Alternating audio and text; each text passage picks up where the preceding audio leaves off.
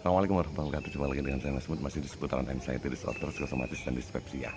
Di video kali ini saya ingin membahas tentang hipokondriasis yang umumnya ini terjadi atau kita yang sakit anxiety disorder itu biasanya penyertanya adalah hal tersebut. Saya juga mengalami hipokondriasis kala itu. Hipokondriasis itu kita itu terobsesi bahwa pikiran kita ini menganggap diri kita ini punya penyakit yang berat, tetapi kita tidak pernah mendiagnosis hal tersebut. Kita tidak memeriksakan hal tersebut. Ada beberapa teman-teman yang sampai sampai periksa juga ada. Hipokondriasis itu yang paling banyak itu terjadi biasanya kalau saya ya. Dulu saya meyakini bahwa saya pernah mungkin saya kena kanker tumor otak kala itu. Kenapa? Karena saya mengalami trauma. Dulu tetangga saya itu meninggal gara-gara kanker otak atau tumor otak. Dan saya tahu betul dan saya kenal orang tersebut. Itu memang sakit. Penyebabnya seperti apa? Saya kurang tahu juga. Tapi ketika saya mengalami pusing yang sangat dahsyat di depan, bagian depan sini, saya takutnya itu. Nah, itu hipokondriasis. Saya pernah mengalami takut di bagian sakit di bagian kepala belakang sampai ke leher belakang dan pundak. Itu saya takut mengalami stroke. Kenapa? Karena waktu itu waktu sehat, saya dulu pernah tanya ke teman saya, dia masih muda tapi dia kena stroke. Begitu dia pulang ke rumahnya dari rumah sakit, saya tanya gejala awalnya seperti apa. Dan salah satu gejala awal stroke itu dia menyebutkan bahwa pusing yang sangat dahsyat, berada di bawah, di belakang sampai menjalar ke belakang semua. Nah, ketika saya mengalami hal tersebut dan saya ada anxiety disorder, saya jadi takut akan stroke kala itu. Juga dia bilang mata buram.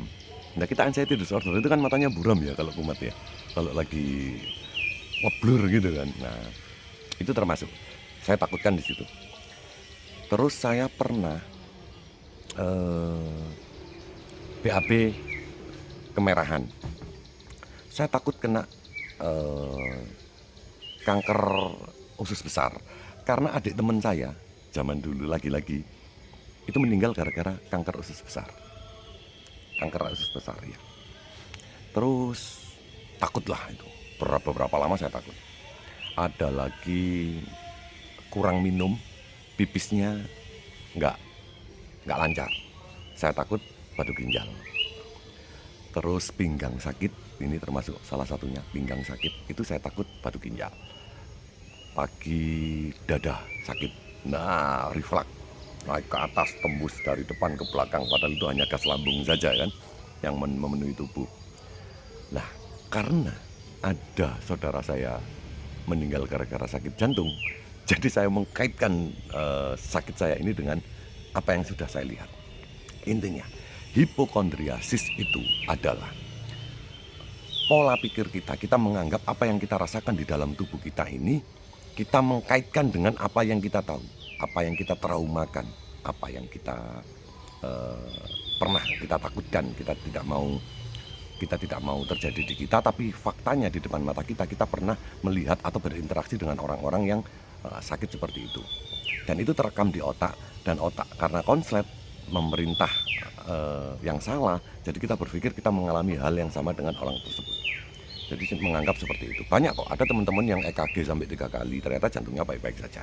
Ada yang sampai endoskopi, USG, ternyata lambungnya tidak ada masalah, hanya ada luka kecil gitu aja, nggak ada masalah dan baik-baik saja. Itu permasalahan yang paling serem kalau menurut saya.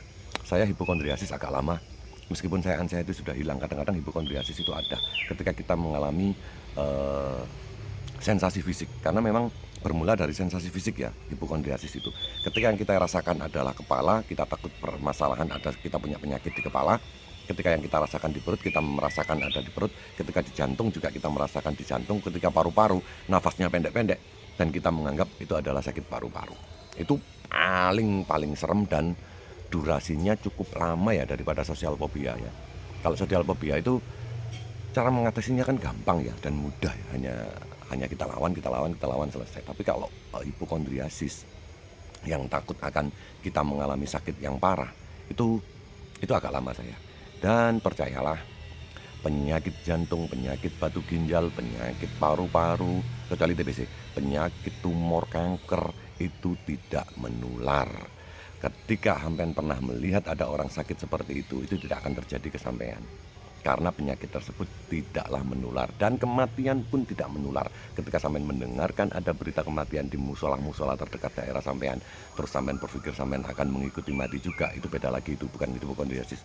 Tapi saya masukkan di sini karena kita menganggap bahwa apa yang terjadi di luaran sana yang pernah kita rekam di otak kita dan apa yang kita dengarkan, termasuk juga cerita-cerita orang-orang itu yang sampean dengarkan, itu sampean takut akan terjadi ke diri sampean sendiri. Percayalah, kematian tidak menular, penyakit-penyakit dalam tidak menular, dan sampean baik-baik saja, hanya hipokondriasis, hanya takut sampean mengalami sakit-sakit yang seperti itu. Caranya seperti apa? Kita tepis, tidak menular. Saya tidak akan sama seperti itu karena kita manusia yang berbeda, dan saya tidak akan mengalami hal tersebut karena kita sudah berpola hidup yang bagus, olahraganya bagus, kita berpola pikir yang bagus, kita sudah mulai berpikir tentang positif aja dan menyenangkan dan kebahagiaan. Kita berpola makan yang bagus, yang kita masukkan ke dalam mulut kita semuanya semua makanan yang bergizi, yang tidak menyebabkan jadinya sumber penyakit tersebut. Terbukti dengan kita melakukan 3P. Sekarang dengan saya hidup di alam terbuka, seperti alam yang sejuk seperti ini, ketika saya naik motor ke jalan raya itu menghirup asap knalpot, kemacetan aja udah kok gini ternyata ya, polusi dunia itu ya. Di desa saya, di kota saya sendiri, ketika saya ke kota, saya keliling naik motor, saya menghirup kemacetan, udara kemacetan, itu sudah tidak nyaman di tubuh karena saya sudah berpola hidup yang baik dan benar, berpola pikir yang benar, berpola makan yang bagus. Jadi saya sembuh dengan itu. Terima kasih sudah melihat video saya, semoga sehat selalu. Assalamualaikum warahmatullahi wabarakatuh.